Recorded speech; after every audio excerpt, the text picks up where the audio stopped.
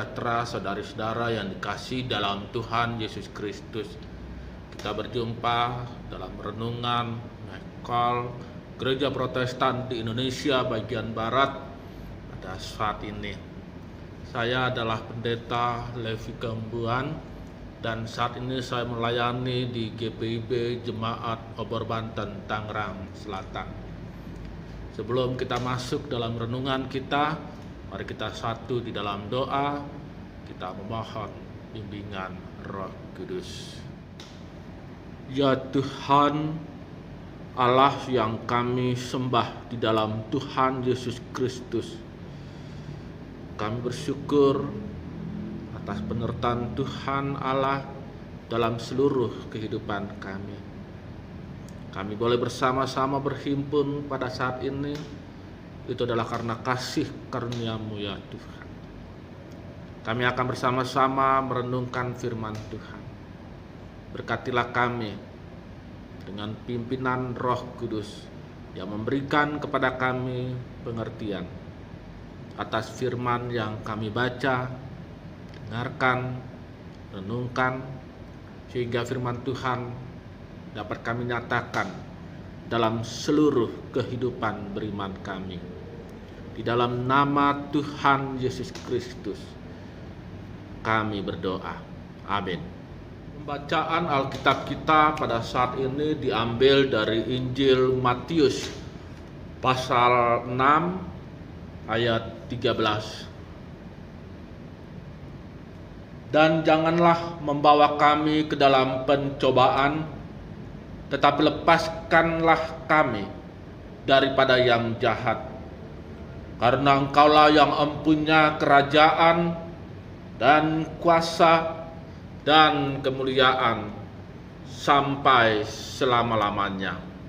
Amin. Demikianlah pembacaan Alkitab kita. Ya, berbahagia dalam mereka mendengarkan firman Allah dan melaksanakan dalam kehidupan sehari-hari. Terpujilah Tuhan kita Yesus Kristus. Haleluya. Salam sejahtera saudari-saudara yang dikasihi di dalam Tuhan Yesus Kristus. Kehidupan selalu diwarnai dengan masalah, kesulitan, kesukaran, penderitaan. Semuanya mewarnai di tiap-tiap hari yang kita jalani. Pada saat mengalami kesukaran, pada saat mengalami penderitaan, bahkan juga duka kematian, kita seringkali mengatakan bahwa kita sedang mengalami pencobaan. Kita mengatakan kepada sahabat-sahabat kita yang sedang menderita, yang dalam kesukaran, mengatakan bahwa mereka sedang mengalami pencobaan. Jadi pencobaan dikaitkan dengan kondisi atau situasi yang tidak menyenangkan bagi kita. Bagi kita, kondisi dan situasi yang seharusnya tidak kita alami. Pencobaan itu hal-hal yang seharusnya tidak boleh terjadi. Tidak boleh terjadi dalam kehidupan kita. Salah satu bagian dari doa Bapa kami adalah, dan janganlah membawa kami ke dalam pencobaan, tetapi lepaskanlah kami daripada yang jahat. Tidak sedikit warga gereja yang memahami makna dari bagian doa ini adalah permohonan untuk dilepaskan dari masalah-masalah yang dijumpai dalam kehidupan. Bagian doa tersebut tidak dimaksudkan sebagai permohonan untuk dilepaskan dari berbagai masalah yang dijumpai dalam kehidupan ini. Saudari-saudara yang dikasihi dalam Tuhan Yesus Kristus, pencobaan yang dimuat dalam doa ini lebih terkait dengan kondisi dan situasi yang mengantar seseorang pada sikap melawan dan memberontak kepada Tuhan. pencobaan yang dimuat dalam doa Bapa kami mengingatkan kita pada pencobaan yang dialami oleh Ayub.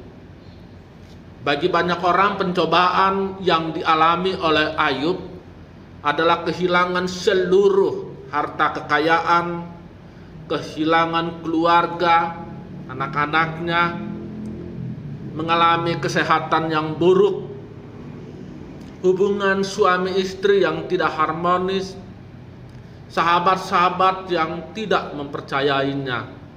Demikianlah orang melihat pencobaan yang dialami oleh Ayub.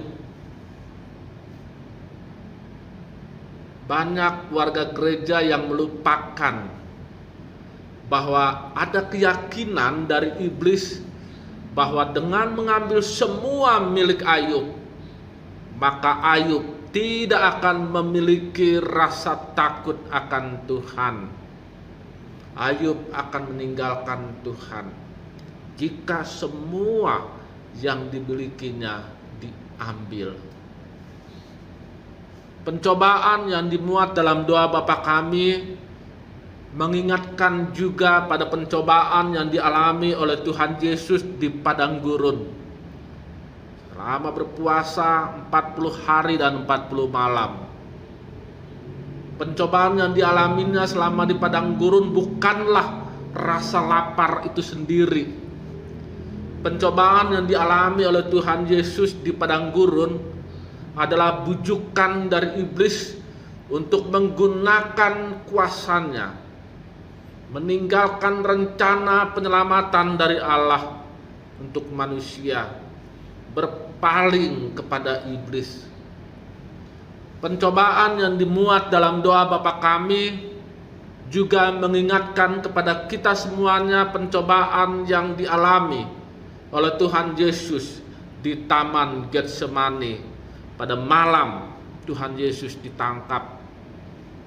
Pencobaan di Getsemani bukanlah rasa takut Tuhan Yesus terhadap saat kematiannya yang semakin dekat. Pencobaan yang dialami oleh Tuhan Yesus adalah meninggalkan rencana Bapanya, meninggalkan rencana yang sebenarnya membawa dampak pada kematian yang mengerikan yang akan dialami oleh Tuhan Yesus. Keputusannya untuk tidak meninggalkan rencana Bapanya disampaikan dalam permohonan, janganlah seperti yang ku kehendaki, melainkan seperti yang Engkau kehendaki. Dalam salah satu Mazmur 78 ayat 56-57 disampaikan, tetapi mereka mencobai dan memberontak terhadap Allah yang Maha Tinggi dan tidak berpegang pada peringatan-peringatannya. Mereka murtad dan berkhianat. Saudari-saudara yang dikasihi dalam Tuhan Yesus Kristus, bagian doa "dan janganlah membawa kami ke dalam pencobaan, tapi lepaskanlah kami daripada yang jahat" tidak dimaksudkan sebagai permohonan untuk dilepaskan dari berbagai masalah yang dijumpai dalam kehidupan ini. Masalah-masalah yang mungkin memang harus terjadi dalam hidup ini.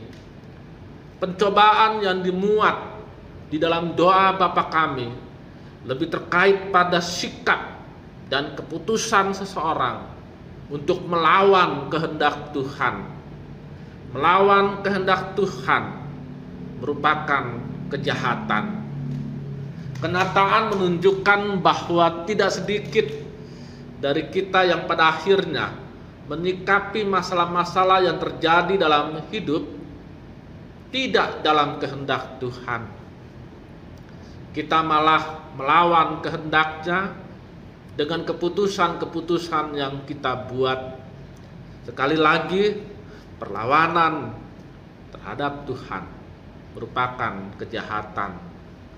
Oleh karena itu kita memohon dalam doa Bapa kami itu, kita belajar untuk meminta lepaskanlah kami daripada yang jahat. Dengan demikian doa Bapa kami mengingatkan kepada kita semuanya tentang sikap mempercayai Tuhan, sikap yang tidak dipengaruhi oleh kekhawatiran, kecemasan, atau ketakutan terhadap seluruh kesukaran dan penderitaan kita. Bagian doa Bapa kami yang kita baca pada saat ini mengingatkan kepada kita semuanya terhadap sikap iman yang senantiasa mengandalkan Tuhan. Kita harus senantiasa mengimani, sungguh-sungguh percaya kepada Tuhan dalam setiap masalah dan pergumulan yang kita jumpai dalam hidup ini. Sungguh-sungguh mengimani tindakan Tuhan Allah kita, Allah yang Maha Kuasa, sebagaimana yang juga kita baca dalam ayat pada saat ini. Karena Engkaulah yang mempunyai kerajaan dan kuasa dan kemuliaan sampai selama-lamanya.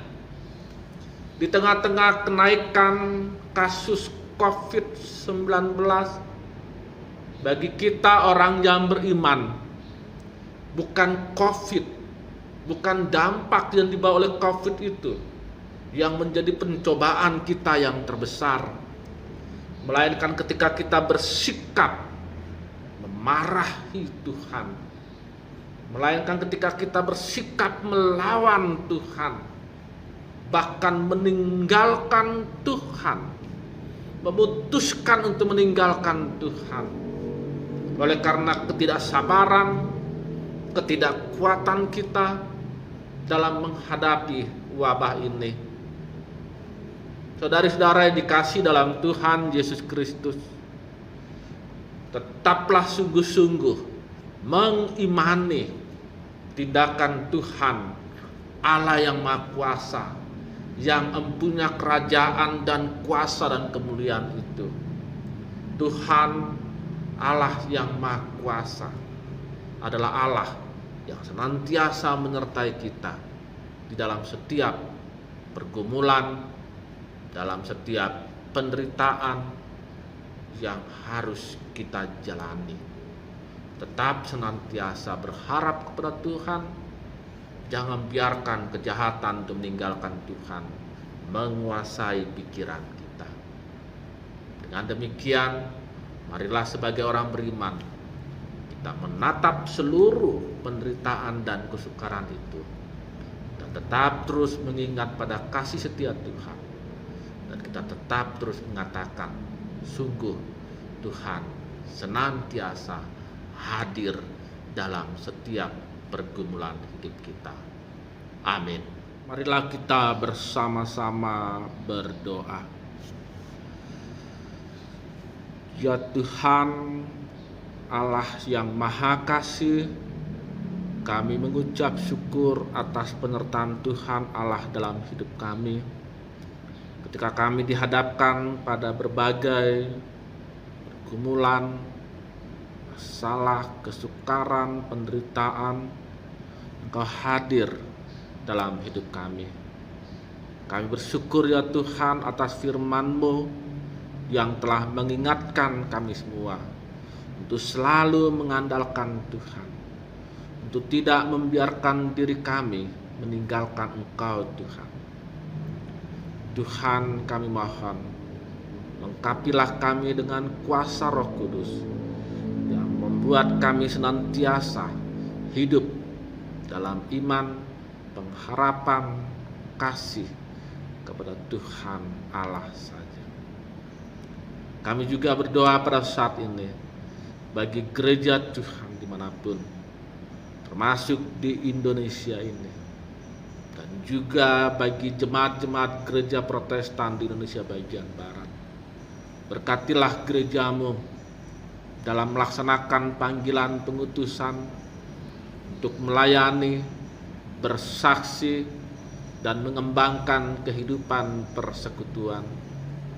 Kami mohon Tuhan memberkati segenap fungsionaris Majelis Sinode GPIB, segenap presbiter, para diakon, penatua, pendeta di tengah-tengah jemaat gereja Protestan di Indonesia bagian Barat, juga bersama dengan seluruh unit misioner, karyawan di masing-masing jemaat. Kami mohon Engkau memberkati dalam melaksanakan tugas-tugas yang telah Tuhan percayakan. Berkati juga warga jemaat-Mu untuk senantiasa mengambil bagian dalam pelayanan dan kesaksian, sekalipun dihadapkan pada berbagai persoalan dalam hidup ini. Kami juga memohon penyertaan Tuhan bagi bangsa dan negara kami, bagi pemerintah kami, dari tingkat pusat sampai dengan tingkat daerah. Berkati Bapak Presiden Joko Widodo, berkati juga Bapak Wakil Presiden Ma'ruf Amin, berkati juga seluruh jajaran menteri, kepala-kepala daerah, segenap anggota Dewan Perwakilan dalam melaksanakan tugas-tugas yang telah dipercayakan. Kami mohon Tuhan juga menyertai segenap aparat TNI, Polri dalam menjaga bangsa negara ini, menjaga kedaulatan negara kesatuan Republik Indonesia ini. Ya Tuhan, kami juga membawa dalam doa ini untuk saudara-saudara kami, demikian juga ya Tuhan di antara kami sendiri, warga gereja, yang pada saat ini bergumul dengan wabah COVID-19. Banyak di antara kami yang bergumul oleh karena terpapar COVID-19, oleh karena keluarga yang sakit. Ada banyak dari kami yang bergumul untuk penanggulangan wabah COVID-19. Oleh karena itu kami mohon lengkapilah dengan kuasa-Mu dalam menghadapi pergumulan wabah COVID ini. Kami mohon Tuhan juga memberkati bagi keluarga-keluarga yang berduka cita oleh karena COVID-19 ini. Tuhanlah yang menghibur, menguatkan. Tuhanlah yang memberikan kekuatan yang kelak menjadi kesaksian tentang kehadiran Tuhan Allah sebagai Bapa di tengah-tengah duka cita yang dialami. Tuhan Allah yang Maha Kuasa, biarlah kami senantiasa berharap kepada Engkau Tuhan, berharap dalam pengandalan yang penuh pada kuasa dan kasih-Mu. Terpujilah Engkau Tuhan Allah yang Maha Kudus. Inilah doa kami, permohonan kami yang kami bawa dalam nama Tuhan Yesus Kristus, Sang Juru Selamat. Amin. Marilah kita senantiasa melaksanakan panggilan penutusan kita, tetap senantiasa bersaksi, melayani, dan membangun, mengembangkan kehidupan persekutuan. Di tengah-tengah wabah COVID-19 yang dialami pada saat ini, tetaplah dalam pengharapan kepada Tuhan Allah yang adalah Bapa yang Maha Kasih.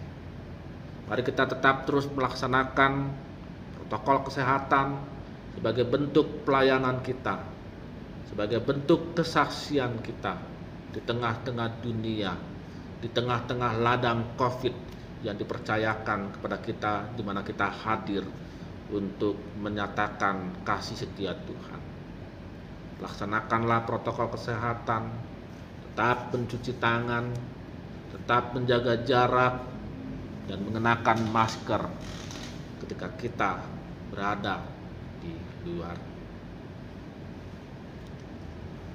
Tuhan memberkati kita semuanya. Biarlah kasih karunia, rahmat, dan damai sejahtera-Nya senantiasa menyertai kita dalam seluruh hidup ini. Amin. Tuhan.